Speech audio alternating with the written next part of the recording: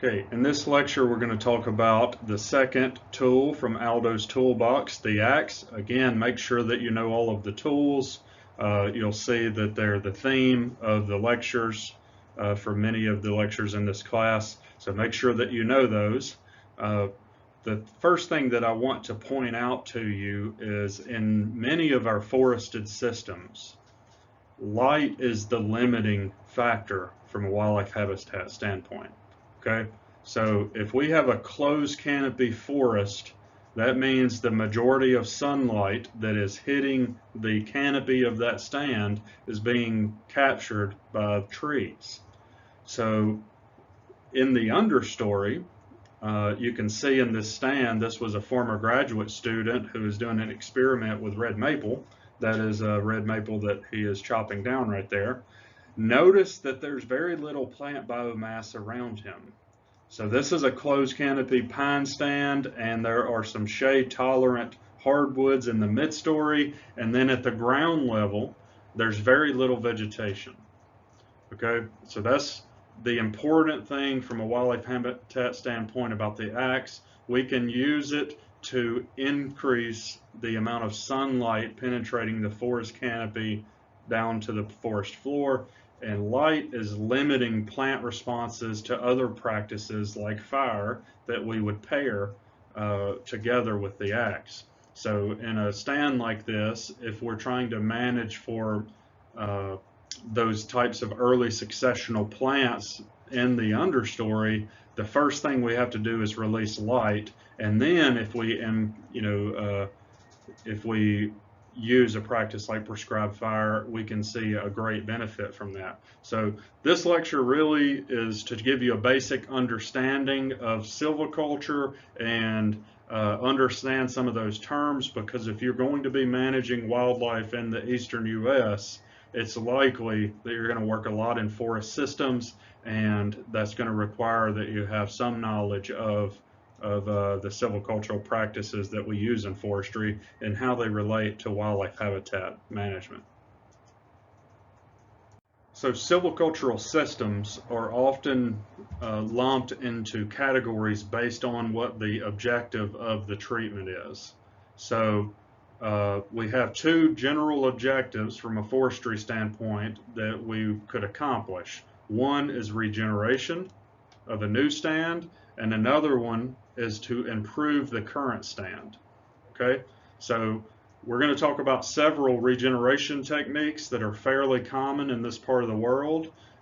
We have some that are natural regeneration. What that means is the seeds that are colonizing, or the plants that are colonizing to regenerate a new forest, are coming from the site. All right, so we're not bringing any plant material into the site to facilitate regeneration. We are strictly using some sort of cutting strategy to promote a new stand emerging. So the one that you probably see most commonly, that's very common in pine silviculture in the South, is a clear cutting.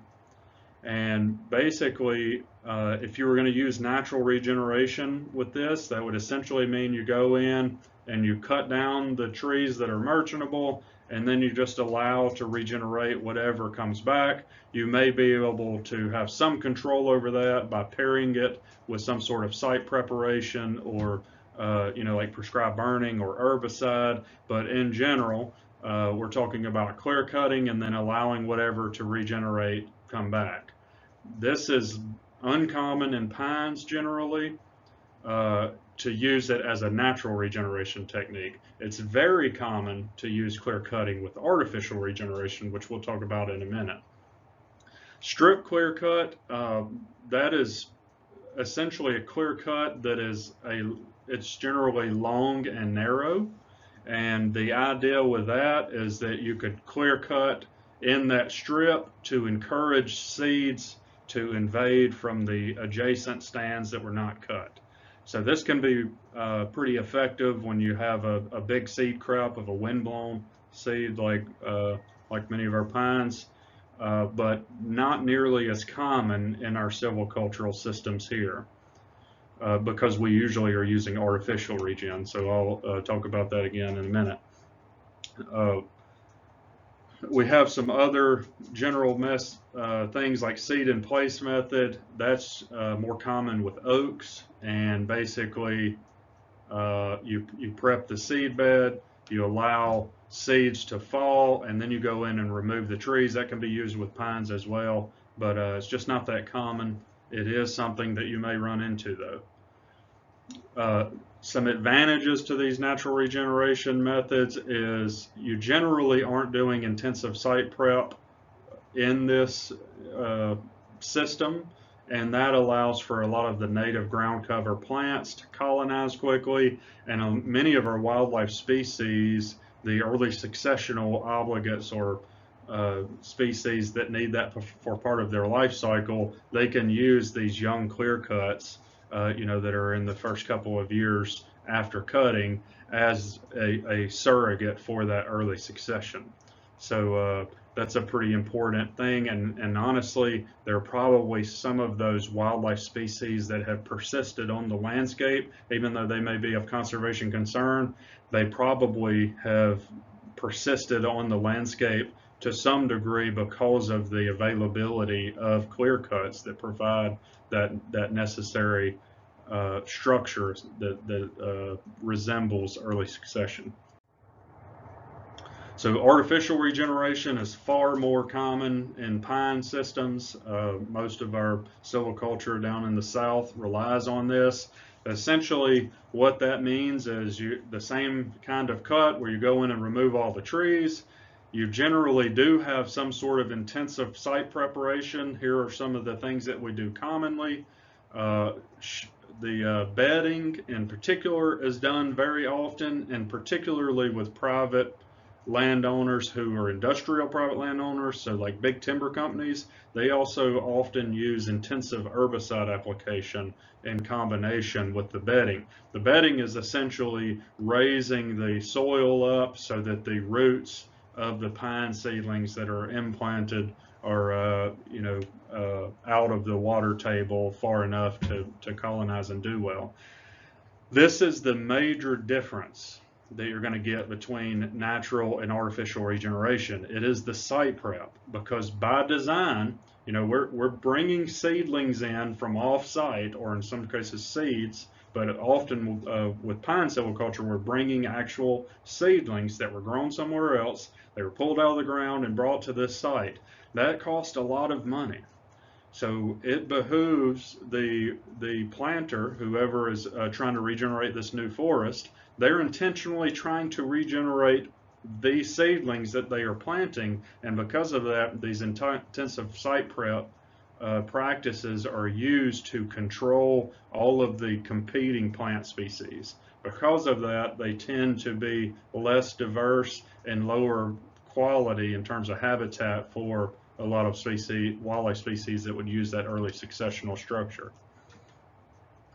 So to be clear, make sure that you understand the major difference between the artificial and natural is the intensive site prep that's used with the artificial. And of course, because the reason we're calling it artificial is because we're bringing plant material from off-site to direct the regeneration of the new forest. So the shelterwood and seed tree are fairly common. Shelterwood is usually used with oaks. That's a pretty common method to facilitate the regeneration of a new oak forest. So notice everything we've been talking up to now, the objective ultimately of the forestry practice is to regenerate a new forest. Okay, those are regeneration methods. I'm trying to reiterate this because I do see a lot of these questions trip people up on the exam. So I want to make sure that I'm clear about what these different things mean. In a shelterwood cut, you generally are removing about half of the canopy, so you're encouraging a lot of sunlight to get in, and that partial shade allows seedlings to get established. So if you're trying to regenerate oaks, we would allow young oak trees to colonize, and those seedlings and saplings we would call those advanced regeneration. Notice another term in here, the even-aged. So the Shelterwood is an even-aged regeneration technique, specifically because it has it generally has two age classes. So think about that system. You go in with the initial cut, you cut down half of the canopy, so you have the remaining canopy trees, that is one age class, and then we have the advanced regeneration that colonizes, and that would be the second, and then you would follow that up sometime down the road once the advanced regeneration is established and you're pretty confident that oaks are going to dominate the regeneration, you can go in and remove those shelter trees. So at no time through that whole process do you have more than two age classes of oaks, right? If you had three or more, that would be an uneven aged regeneration technique by definition. So if it has three or more, that is uneven aged. We're going to talk about some of those methods in a few minutes. The seed tree method, that one you generally cut the stand to a much lower basal area. This is more common for windblown plants such as many of our pines. You might see that, and the idea is that you leave trees that are there for a seed source, and you have a really high sunlight environment, and you're trying to get the seeds cast from those remaining trees to allow those to colonize the site. So again, generally you have the overstory that you remove most of the trees. You'll only have a few trees per acre generally in a seed tree cut. And then you're banking on those having a big seed crop, which allows another second age class to colonize. And once you have that advanced regeneration present, you can go in and remove the seed trees. So again, never more than two age classes of your targeted tree in that system. These really have a huge advantage over the clear cutting because they give a lot of control over what is going to regenerate. You don't go in and remove the overstory, the remaining overstory trees are not removed until you already have that advanced regeneration present of your desirable trees. In a shelterwood system with oaks, we have a modification to that that's used fairly commonly. It's called a shelterwood with fire technique. And because a lot of our upland oak species have fire adaptations, and fire can help give them the edge in regeneration over a lot of our shade intolerant sprinter species or mesophytic species that don't handle fire as well, you could go in and implement the shelterwood cut, allow the vegetation to respond, and maybe 4 to 6 years later come in and apply prescribed fire, and that will give the more pyrophytic oak species the advantage in the regeneration. So again, we're trying to direct the new regeneration of the forest into a desirable species from a merchantable standpoint. All of these things are, these are technicalities from a forestry standpoint based on the forestry objectives, and we're going to talk about how they influence wildlife habitat in a few minutes. All right, so take a look at this stand. If you've been up in maybe the southern Appalachians or some parts of Florida, but definitely many parts of the South, you have probably seen stands like this one. And this is a closed canopy upland hardwood system. It's very typical of a lot of the southern Appalachians, but most of the time when I go onto a private landowner's property and we go to their hardwood stands, it'll look like this. So how much do you think there is to eat if you're a deer in the understory here? What are you going to nest in if you're a bird, right? This system is exactly what I was saying. It is light limited, and there is very little understory structure. The majority of wildlife species, especially those of conservation concern, do not respond favorably to this type of stand condition. And it's because it lacks that distinct layer at the ground level. So think about vegetation below waist high. We don't have the herbaceous vegetation at that level, particularly, that's important. Now, there are some species, for instance, ovenbird, that would be a good one, that one would do just fine in here. There are some species, that are generalists that do okay in it, and they'll persist and can reproduce. And then there are some specialists that actually this is a really high quality stand structure for them. But the majority of species, they need more sunlight getting to the ground, some sort of disturbance to encourage that two-tiered forest system that includes an understory tier that's waist tall and lower vegetation, and then the broken canopy that's supporting really high sunlight penetration.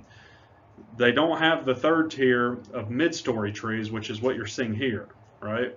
So think about that for a minute. I'm talking about 3 general tiers in the forest stand structure. We have the canopy trees that are receiving all the sunlight, in this case right here. Notice all of the smaller mid-story trees, so basically anything that's not in direct sun, that's taller than you are, that generally is that mid-story strata. And then the understory strata, we're talking about things that are less than 5 feet tall, and that is missing in the stand. So this is still a 2-tiered forest system. It just has the wrong 2 tiers for most of our wildlife species. So here you can see this is actually a stand that's been cut, and you can see back in the background there's even more sunlight reaching the ground, and this is what happens when you apply fire and you get a little bit of sunlight in there in tandem. And now we can see quite a bit of vegetation starting to respond. Here is when we've done a Shelterwood cut and added fire into the system. So now we're getting quite a bit of penetration of sunlight paired with that fire, and you can see the vegetation response in the understory is quite good now. There are many species of wildlife that will respond positively to this kind of forest structure. Notice the mid-story is largely absent, right? So we want the vegetation to be very well developed, especially with herbaceous species, forbs in particular, in the understory, and the absence of that mid-story, and then a broken canopy in the overstory. All right, so you just looked at everything up till now. That was all even aged, and I just gave you a couple of examples of those pictures of Shelterwood systems, and the second one was the Shelterwood had been completed. We had high sunlight and fire in the system, and a really nice response from the understory in that stand. So let's switch gears a little bit and talk about some uneven aged regeneration techniques. These are relatively uncommon in the South, but the place that they are used with success to some degree are with longleaf. Okay, so generally you want a shade tolerant timber product if you're going to use this technique, but it does work in longleaf, and it's a pretty interesting system. So the defining characteristic of this harvest technique is that it has at least 3 age classes of the targeted timber product or the timber species. Okay, so you have at least 3 age classes. When you have been managing in an uneven age regeneration system, the distribution of trees by size look like this graph in the top right of the slide here. So we're talking about the number of trees that occur per unit area, and DBH is their diameter at breast height, which is a really common measurement in forestry. So it's just the diameter of the tree at about the height that you would want to measure it if you're going to have to measure thousands of them a day. So you don't want to have to bend over anything. That's why it's at that height. And yeah, so that's the diameter of the tree. Notice that we have in this system, we have tons and tons of individual stems of really small trees, so saplings and seedlings. And then as you increase the size class of the tree, there are fewer and fewer and fewer per unit of area. There are two types of two cutting methods that we would use to generate this type of stand. And one would be a single tree selection. So we might mark individual trees within a stand that would go in and be selectively cut by the timber crew or the logging crew. Or you might select groups of trees. So as long as the group selection is less than a half acre, so a pretty small area, we would generally call that a group selection cut, especially if the idea is to move into the stand repeatedly over time, as opposed to, a group selection that's several acres and maybe it encapsulates the entire stand. And when I'm saying stand, I'm talking about the management unit on the ground. So it's pretty often we'll delineate areas, and often they'll have like a fire break around them or roads around it, and you manage that entire stand as a unit. So the entire stand gets whatever treatment on whichever schedule has been determined. So a group selection would be less than a half acre, and you might go into that stand many times over many years, as opposed to a clear cut, which may be several acres and encapsulate the entire stand, and you could go in one time and cut it, and then you wouldn't enter the stand for quite some time before you do that again. So I'm happy to field questions about this. I know that some of this is confusing and probably not as exciting to you if you're a wildlife enthusiast, but it is important information for you to have a basic understanding of. This kind of system can be really advantageous for wildlife because intentionally having all these age classes and all this disturbance, in the single tree selection, you may be in the same stand every single year, right? So you're creating lots of little canopy gaps all the time, and you end up with a diversity of structural characteristics in that tends to favor a wide diversity of wildlife species. Another advantage is you have a continuous flow of timber products, which is often important for landowners if they want that continuous cash flow. The disadvantage is you have equipment in these stands all the time, and that can be problematic for people. A lot of people don't like to have timber crews on their property all the time, but that can be an advantage if you want that continuous revenue stream. So here's a picture just kind of showing you the pine is the target in this uneven selection, and they're literally going in and picking individual stems in this, and you can see quite a few age classes. Just kind of look from left to right. You see several size classes of trees in this stand, and again, the diversity of structure can be really beneficial for some wildlife species.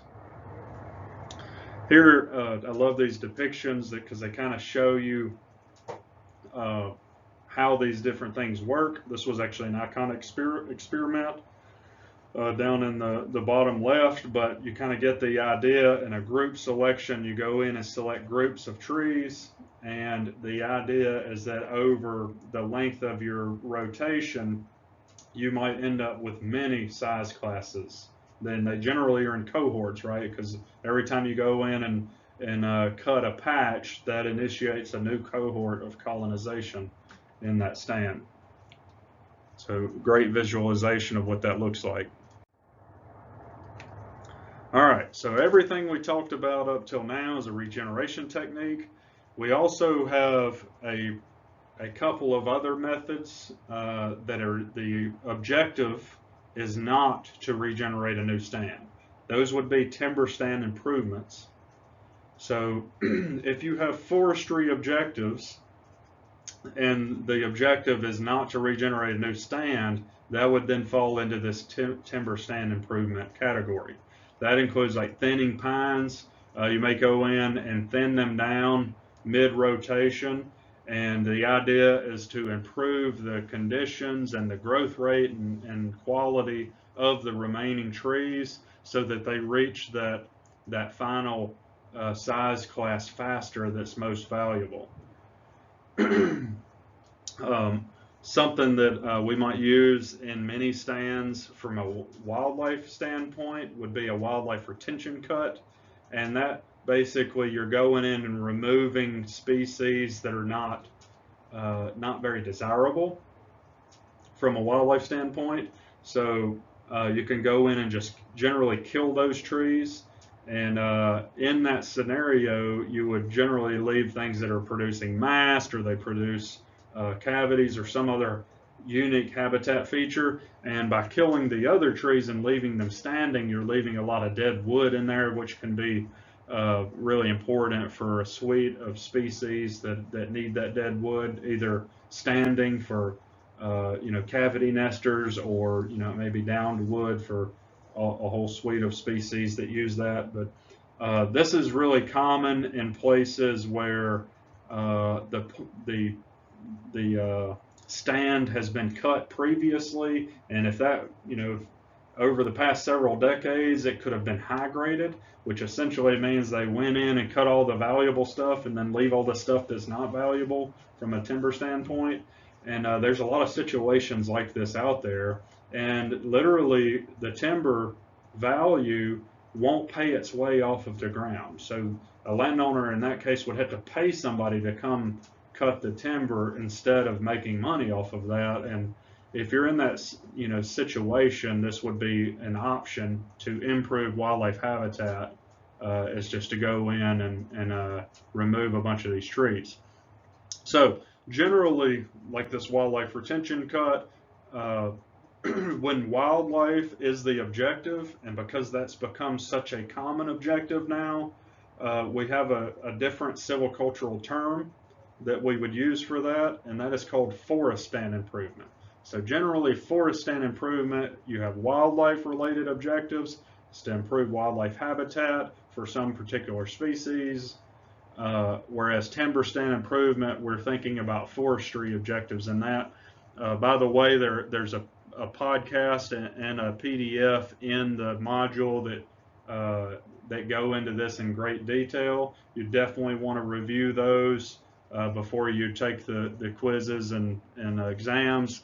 And also, we're going to implement some timber stand improvement practices and forest stand improvement practices, and talk about this a lot in the field. So make sure you have a really good understanding of what we're talking about here. Okay, so now we've kind of gone through several of these different strategies from a timber management standpoint. Now let's think about some things that I've said in other lectures and how we're actually mimicking nature and the way that nature disturbed these forests. So you remember I showed you a picture of the beetle spot. Well, that is actually remarkably similar to how a group selection cut might look, right? So now you're seeing an aerial. Think about what is missing in that stand. The main thing is all the dead woody biomass, right? In the case of the wildlife retention cut, if we went in and killed patches of trees, we might actually mimic that beetle spot really well. And we have a lot of wildlife species that are gap specialists that will be associated with that type of structure and otherwise would not be present in these forests. So pretty cool. Here's another example. This is an example of a seed tree cut down in the bottom right, and then comparing that to a hurricane that came through and broke off a bunch of trees. So the structure functionally from a wildlife standpoint are quite similar to one another.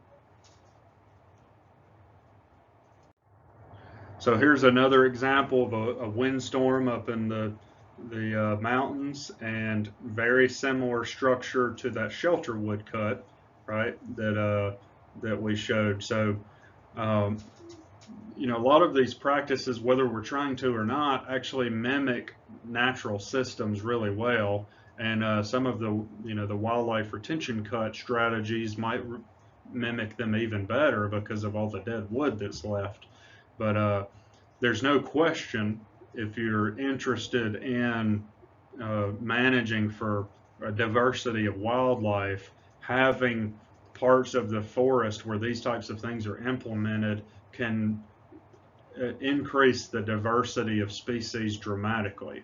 In fact, many of them will not even occur on the landscape unless there are patches of disturbed forest like this. So we'll talk about that to a great extent, but remember, in these forested systems, light is limiting the response of wildlife habitat first, and when you pair these canopy reduction treatments with practices like prescribed fire, the response from that understory, having the missing midstory, and then that broken canopy, that is the desirable habitat condition or structure that we're looking for most of these wildlife species that we would be targeting. Not all of them. There are some that do fine in the closed canopy, but they generally are doing fine, right? And there are some that may need it to be grassland, but they tend to be more abundant in this landscape than they would be without